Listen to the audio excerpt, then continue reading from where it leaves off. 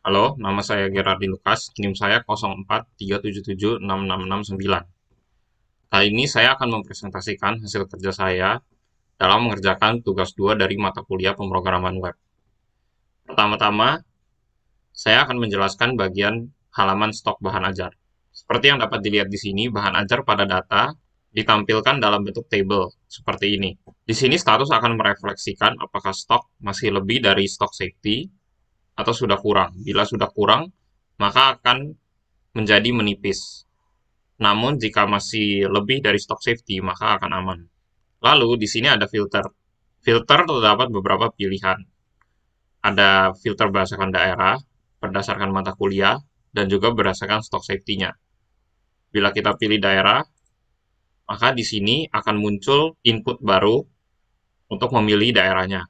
Misalkan kita pilih Jakarta, maka akan memfilter hanya data yang memiliki daerah Jakarta saja. Bila Surabaya pun juga begitu. Jika balik ke semua daerah, maka semua akan ditampilkan. Sama juga dengan mata kuliah,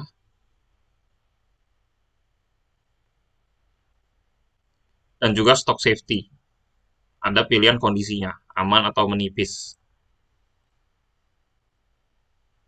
Dan di sini ada reset filter untuk mereset seluruh filternya. Selain filter, di sini juga ada fitur sort. Misalkan, sort kode judul berdasarkan namanya, maka akan diurutkan dari yang teratas ke yang terendah dan juga sebaliknya.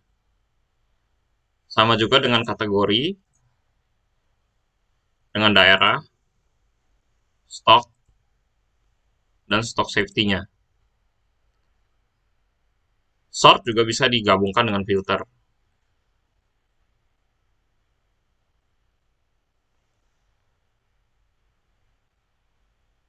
Sekarang kita akan coba tambah data baru. Misalkan di sini kodenya adalah tes123. Lalu judulnya pemrograman web. Kategorinya adalah praktikum. PBJJ Jakarta. Harganya misalkan 50.000, kuantitinya 20, dan stok safety-nya 10.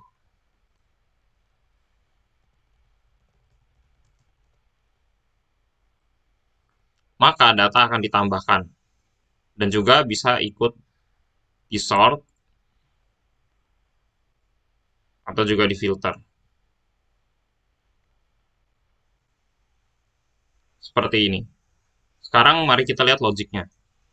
Untuk scriptnya, pertama-tama di sini saya akan meload data stok, PBJJ list, dan kategori dari data bahan ajar. Setelah itu, saat script JS-nya dijalankan, maka display stock akan dimasukkan data stock. Ini akan digunakan sebagai logic filter dan juga sortingnya. Jadi state display stock inilah yang akan ditampilkan dan di loop untuk di dalam tabelnya. Sekarang mari masuk ke method. Pertama di sini ada function untuk sort dengan variabel adalah key-nya. Bila saat user melakukan klik sort di sini, maka yang akan dimasukkan adalah key-nya, judul, kategori, OJJ, quantity, atau safety. Di sini akan dicocokkan dengan key yang sebelumnya atau yang sekarang sedang di-sort. Kalau sama, maka sort direction-nya akan berubah menjadi kebalikannya. Kalau tidak, maka sort key-nya akan diubah menjadi elemen yang diklik tersebut dan sort direction-nya akan ascending terlebih dahulu. Lalu di sini ada function untuk menunjukkan sort indikator. Cukup sederhana. Kalau misalkan sort key-nya tidak sama dengan key yang dimasukkan, maka akan return kosong. Tetapi bila ada, maka akan di-return. Bila sort direction-nya ascending, maka akan tanda panah ke atas. Dan bila descending, maka akan tanda panah ke bawah. Lalu disinilah logic untuk data yang di-display. Saya menggunakan method sort di sini, maka akan meng-compare antara value A dan value B. Di mana value A adalah value sebelumnya, dan B adalah value yang di loop sekarang. Bila dia string, maka kita akan mengcompare stringnya, namun bila angka, maka yang di-compare adalah besar angkanya. Lalu yang berikutnya di sini ada reset filter. Metode ini akan dipanggil bila filter di reset. Di sini semua state yang berhubungan dengan filter dan sort akan di restart. Lalu yang berikutnya di sini ada helper function untuk melakukan buka tutup, add atau create modal. Di sini juga helper function untuk mereset formnya.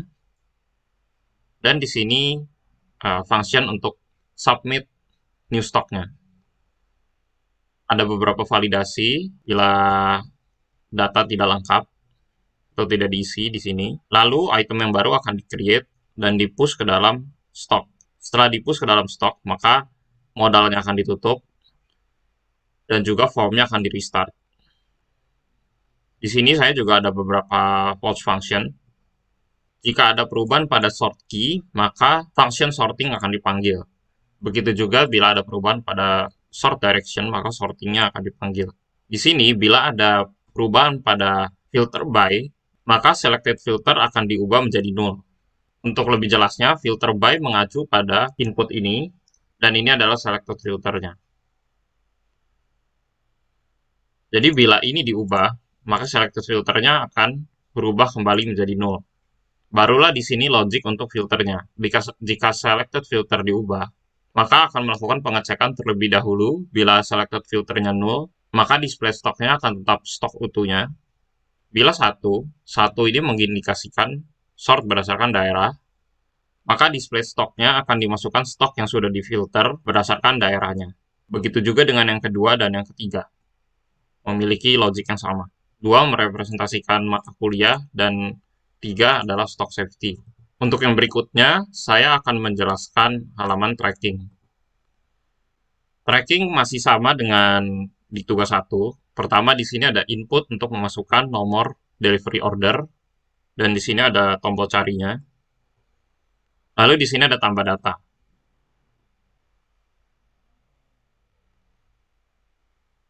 Sekarang mari kita coba fiturnya terlebih dahulu.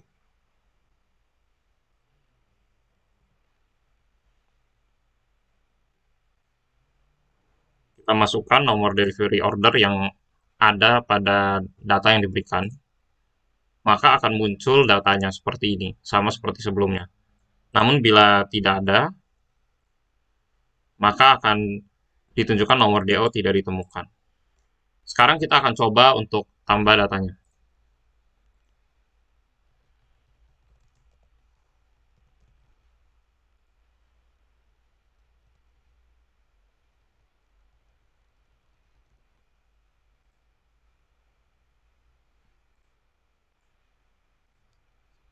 Saat paket dipilih, maka di sini akan ditunjukkan paket apa saja yang dibeli.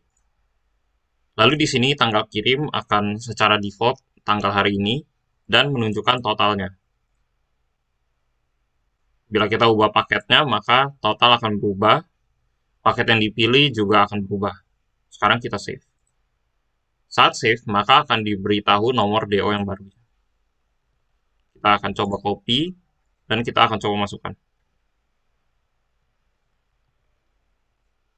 Maka akan menampilkan data yang baru saja di input, namun belum ada riwayat perjalanan. Sekarang kita akan masuk ke bagian logiknya. Untuk logiknya di sini, saya mengambil data trackingnya terlebih dahulu, dan juga pengiriman list dan data paket dari data bahan ajar. Untuk metode yang pertama, di sini ada onSearch. Bila search inputnya tidak ada, maka akan di-return. Namun bila ada, maka akan dicari data trackingnya berdasarkan search inputnya, nomor DO-nya. Kalau datanya tidak ada atau undefined, maka tracking data akan dibuat menjadi string kosong dan di-return. Namun bila ada, maka data akan dimasukkan ke state tracking data beserta nomor DO-nya. Di sini terdapat logic, bila tracking datanya ada, maka akan mendisplay result-nya. Namun bila tracking datanya string kosong, maka akan ditunjukkan nomor DO tidak ditemukan. Silakan periksa kembali. Modal open sama seperti sebelumnya adalah helper function untuk buka tutup modal. Dan di sini ada onSubmit. saat formnya disubmit. Ada beberapa validasi untuk nama, NIM, ekspedisi, dan paket. Bila kosong, maka akan di-returnkan alert. Lalu di sini ada logic untuk mengenerate nomor DO yang baru. Pertama, akan mengambil key dari seluruh data tracking, lalu di-sort. Diambil key terakhir dengan cara panjang key dikurang 1, dan akan diambil pertama terlebih dahulu di-split. DO 2025 adalah prefixnya, dan ini adalah angkanya. Seperti ini, prefix dan number stringnya. Lalu number string akan ditambah 1 beserta ditambahkan 0 di depannya. Lalu ini adalah new key-nya, di mana prefixnya digabung dengan next number-nya. Dan di sini mengambil harganya, maka dari data paket akan diambil item yang kodenya sesuai dan diambil harganya.